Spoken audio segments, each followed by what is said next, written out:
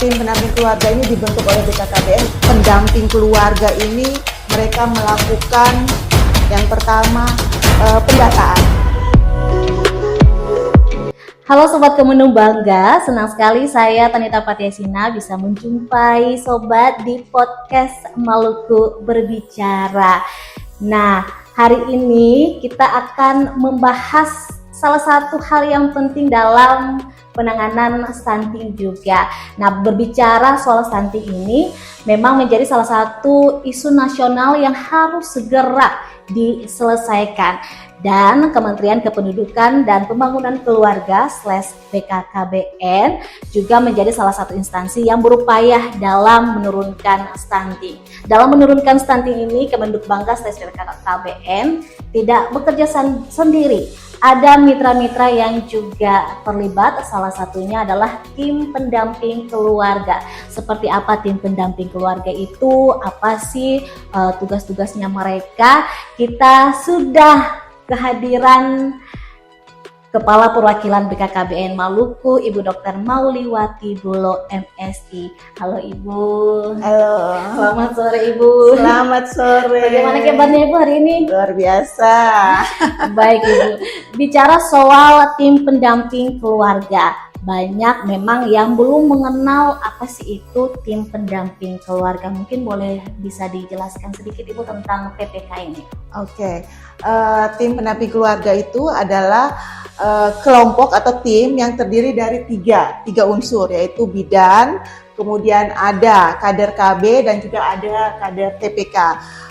Tim pendamping keluarga itu bertugas untuk mendampingi keluarga risiko stunting yang ada di Provinsi Maluku, bahkan di seluruh Indonesia. Dan tim pendamping keluarga ini ada di setiap desa kelurahan di seluruh Maluku, seluruh Indonesia. Jadi kalau bisa dibilang TPK ini menjadi garda terdepan juga. Betul. Kalau boleh tahu Ibu, kenapa sih tim pendamping keluarga ini dibentuk oleh BKKBN? Oke, tim pendamping keluarga ini dibentuk oleh BKKBN yang pertama amanat dari Perpres 72 tahun 2021 terkait percepatan penurunan stunting. Kemudian dari amanat itu dibentuklah tim pendamping keluarga. Kemudian tim pendamping keluarga ini menjadi garda terdepan, dia menjadi penyambung antara program pemerintah yang ada di masyarakat dengan keluarga-keluarga itu sendiri. Jadi dia seperti sahabat keluarga ya. Ya dia seperti sahabat keluarga. Jadi karena tim pendamping keluarga ini yang paling dekat ya, dia mendampingi keluarga-keluarga itu. Jadi dia tahu nih di mana di desa itu atau di kelurahan itu mana yang ibu hamil, mana yang calon pengantin, mana yang keluarga punya baduta balita, dengan kondisi keluarga masing-masing. Nah, karena dia tahu sekali kondisi keluarga tersebut, sehingga dia bisa menjembatani dengan program pemerintah yang ada di masyarakat. Jadi dia tahu kondisi, dia menjembatani sehingga bisa program itu tepat sasaran. Betul. Seperti itu. Ibu, kan kita juga berbicara soal stunting. Mereka juga menjadi salah satu yang berperan dalam stunting ini. Kalau boleh tahu bagaimana sih fungsi mereka dalam membantu penurunan stunting? Iya, fungsinya mereka yang pertama tim pendamping keluarga ini mereka melakukan yang pertama pendataan. Mereka tahu data keluarga risiko stunting. Jadi setiap tahun mereka melakukan verifikasi validasi data keluarga risiko stunting. Sehingga itu data tersebut selalu up to date. Kemudian setelah mereka tahu data-data KRS itu, keluarga risiko stunting, kemudian mereka melakukan pendampingan. Mereka melakukan surveillance, kemudian mereka tahu ini misalnya keluarga A, dia menjadi risiko stunting itu karena apa? Apakah karena anaknya di dalam keluarga itu rapat, misalnya ada 2 balita dalam satu keluarga, atau karena tidak punya sumber air bersih, atau tidak punya jamban dan sebagainya. Jadi setelah dia pendataan, dia surveillance penyebab kenapa keluarga itu risiko stunting. Kemudian dia melakukan pendampingan. Pendampingan itu mereka edukasi, kemudian memberikan edukasi gizi dan sebagainya. Kemudian nanti dia juga tim pendamping keluarga ini menjembatani Jadi membantu misalnya ada rujukan ya, keluarga-keluarga yang perlu untuk dirujuk mendapatkan penanganan lanjutan, dia sampaikan ke misalnya ke lurahnya atau ke kepala desanya supaya dibantu untuk pelayanan rujukan. Kemudian untuk memfasilitasi bantuan sosial. Bantuan sosial itu misalnya keluarga A, dia keluarga miskin, dia perlu untuk mendapatkan bantuan PKH contoh ya. Nah, data-data itu disampaikan ke kepala desa atau lurah sehingga bisa difasilitasi. Begitu kira-kira. Jadi mereka ini bukan hanya jadi sahabat, tapi mereka dari awal mendata dulu Iya. sampai mereka membantu supaya keluarga-keluarga ini bisa mendapatkan bantuan. Iya, juga. betul. Ibu kalau boleh tahu sejauh ini Ibu di Maluku, kira-kira ada cerita menarik nggak sih dari teman-teman tim pendamping keluarga ini dalam bekerja di lapangan? Kalau cerita menarik sebenarnya banyak ya, tapi contoh saja ya. Contoh kayak di Buru Selatan tuh, ada keluarga resiko stunting yang didampingi. Awalnya ibu hamil tersebut tidak mau untuk mengakses layanan, mungkin karena takut atau apa begitu. Tetapi karena mendapat pendampingan, akhirnya dia bisa dan mau untuk mengakses layanan ibu hamil, mengikuti kelas ibu hamil dan sebagainya, kemudian bisa untuk ditolong pada saat persalinan oleh tenaga kesehatan. Nah, seperti itu. Kemudian akhirnya anak lahir sehat. Nah, itu salah satu contoh sederhana tetapi bermakna dan penting sekali dalam pencegahan stunting. Iya. Dan kalau boleh tahu Ibu, selama mereka mendampingi keluarga gitu, kira-kira mereka juga adaptasi nggak sih dengan teknologi? Karena kan di Maluku, ya Ibu boleh tahu lah kondisi kita kayak gimana gitu. Iya, kalau adaptasi dengan teknologi mau tidak mau ya harus. Itu kita menggunakan teknologi itu terutama dalam pelaporan ya. Pelaporan pendampingan. Nah, pelaporan pendampingan oleh tim pendamping keluarga itu dilaporkan lewat aplikasi namanya LCMIL. Elektronik siap nikah, siap hamil. Seperti itu. Jadi mereka menggunakan aplikasi itu untuk bisa melaporkan hasil pendampingan. Kemudian nanti dari hasil itu bisa dilakukan pendampingan, kemudian cari rujukannya kemana. Itu ada alurnya di situ. Jadi menarik nih. Jadi mereka betul-betul harus juga beradaptasi dengan teknologi. betul jadi bukan sekali. hanya bekerja di lapangan, tapi juga harus update. Iya, betul. Baik, Sobat Kemenuk Bangga, jangan kemana-mana karena masih ada banyak nih hal-hal seru yang kita akan belajar bersama-sama tentang tim pendamping keluarga.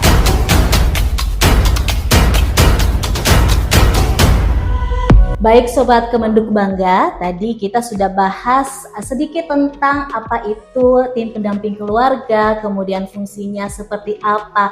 Nah, Ibu kalau boleh tahu, kira-kira mereka di lapangan itu apakah ada mitra-mitra atau pihak-pihak yang mendukung kerja mereka dengan keluarga-keluarga? Oh iya pasti, karena tim pendamping keluarga kan tidak bisa kerja sendiri. Kalau secara posisi ya, TPK itu berada di bawah koordinasi langsung tim percepatan penurunan stunting desa kelurahan yang dikomandoi oleh kepala desa atau lurah. Jadi dalam bekerja tentu saja harus melapor ke TPPS desa kelurahan. Kemudian dalam bekerja mereka koordinasi kerjasama dengan yang pasti dari puskesmas, tenaga kesehatan, kemudian tokoh agama, tokoh masyarakat, semua pihak mitra yang bekerja di desa kelurahan supaya dalam melaksanakan kegiatan pendampingan itu bisa berjalan lancar, mendapat dukungan seperti itu. Betul-betul, karena kalau untuk menurunkan stunting tidak bisa bekerja sendiri, tidak bisa. Harus bersama-sama gotong royong. Iya betul. Baik, selain bicara soal tim pendamping keluarga ini, saat ini juga ada ramenya makanan bergizi gratis, program presiden kita.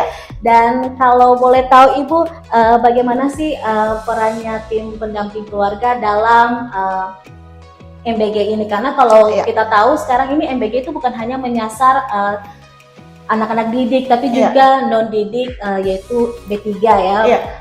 Ibu menyusui, kemudian balita dan ibu hamil juga. Boleh dijelaskan sedikit Ibu? Iya betul. Jadi kaitannya ya tugas TPK dalam program makan bergizi gratis. Yang pasti pertama tugasnya tim pendamping keluarga adalah menyiapkan data keluarga risiko stunting, ibu hamil, ibu menyusui, dan balita. Balitanya non peserta didik. Jadi data itu disuplai ke SPPG, Satuan Pemenuhan Pelayanan Gizi.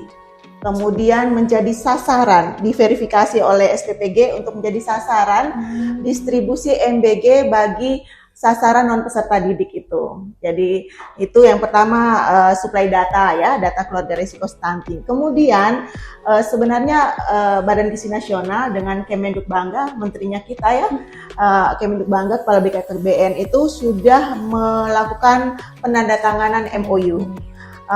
Jadi kita tugasnya adalah suplai data, sasaran, kemudian distribusi MBG untuk sasaran ibu hamil, ibu menyusui, dan balita non peserta didik itu atau non PAUD itu. Jadi mereka memang perannya luar biasa juga ya. Jadi betul. Kayak jembatan antara keluarga. Iya, dan program pemerintah. Iya, seperti itu. Kalau boleh tahu sejauh ini apakah perannya mereka, fungsinya mereka sudah efektif, Bu? Kalau bilang efektif ya sudah berjalan. Dalam pendampingan keluarga risiko stunting, dalam distribusi MBG untuk sasaran 3B ini sudah dilaksanakan. Hanya kalau yang untuk pendampingan ya, kalau kita melihat belum maksimal, sudah jalan cuma belum maksimal. Itu tercermin dari laporan di LC-Mil yang tadi saya bilang ya. Tempat laporannya itu ada aplikasi LC-Mil, elektronik siap nikah siap hamil itu. Cakupannya masih belum bagus. Jadi kita menganggap kalau laporannya belum bagus berarti belum berjalan maksimal. Seperti itu. Kalau gitu perlukah ada peningkatan kapasitas ataukah ada pelatihan untuk meningkatkan peran dan fungsi mereka itu? Perlu sekali. Itu sebabnya dalam beberapa waktu terakhir ini kita berusaha, ada beberapa poin yang harus kita lakukan. Yang pertama adalah peningkatan kapasitas untuk tim pendamping keluarga. Peningkatan kapasitasnya itu bisa pelatihan kah, orientasi kah, kepada tim pendamping keluarga supaya dalam melaksanakan tugas pendampingan itu bisa berkualitas, bisa berjalan lancar. Peningkatan kapasitas. Kemudian kita juga mau menginformasikan, mempublikasi ke semua pihak bahwa di sini nih ada loh TPK. Di setiap desa kelurahan ini ada loh TPK. Dan mereka bekerja untuk mendampingi keluarga risiko stunting dalam rangka percepatan penurunan stunting. Jadi kita berusaha mempublikasikan video, podcast ini sebenarnya salah satu ya, menginformasikan kepada masyarakat supaya masyarakat bisa mendukung tim pendamping keluarga dalam melaksanakan tugas pendampingan. Kemudian selain itu juga kita berharap adanya dukungan dari pimpinan daerah. Dengan kita advokasi, kemudian kita publikasi, ada dukungan pimpinan daerah kepada TPK dalam melaksanakan tugas pendampingan kepada keluarga risiko stunting, apakah itu berupa surat edaran pimpinan daerah atau yang lainnya. Seperti itu kira-kira. Berarti kita semua harus sama-sama mendukung teman-teman tim pendamping keluarga ini betul. Supaya mereka juga bekerja dengan efektif, bisa juga akhirnya membantu menurunkan stunting di Provinsi Maluku khususnya. Betul sekali. Ibu, terakhir mungkin ada pesan dan harapan buat teman-teman TPK dan juga untuk masyarakat Provinsi Maluku yang lagi menonton podcast kita hari ini.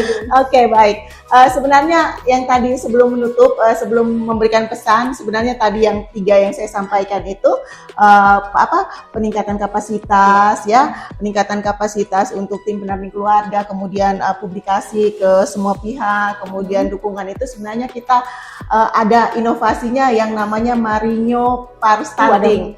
Sebentar nih, sobat, kita mau dengar dulu nih Marinho for Stunting ini seperti apa, karena malu banget nih.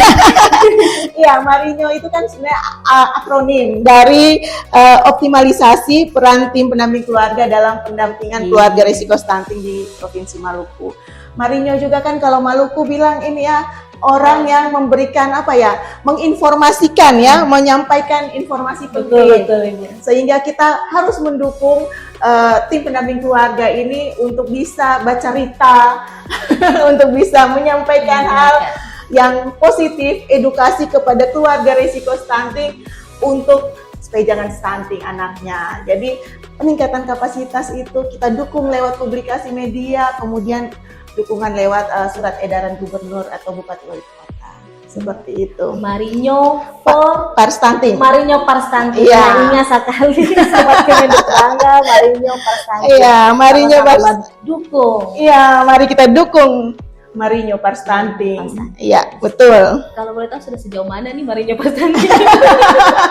Sedang berproses. Ya. Semoga ini bisa menjadi penguatan juga untuk PPK dan juga untuk stunting khususnya di Maluku. Untuk percepatan penurunan stunting di Provinsi Maluku. Iya. Ibu. Iya. Baik Ibu, ada lagi mungkin pesan? Pesan dan harapannya khususnya untuk teman-teman TPK nih karena mereka sudah mendengar inovasi-inovasi baru ini untuk penguatan mereka Ibu.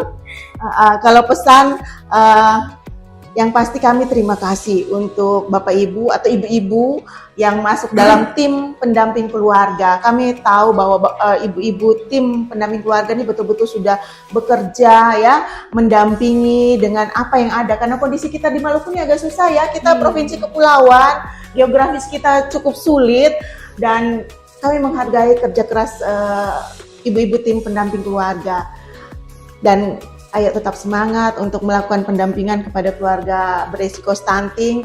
Kita berharap semuanya itu untuk Maluku lebih baik lagi, supaya Maluku bebas stunting. Pertama kita turunkan stunting, kemudian kedepannya Maluku bebas stunting untuk Indonesia Emas 2045. Betul sekali.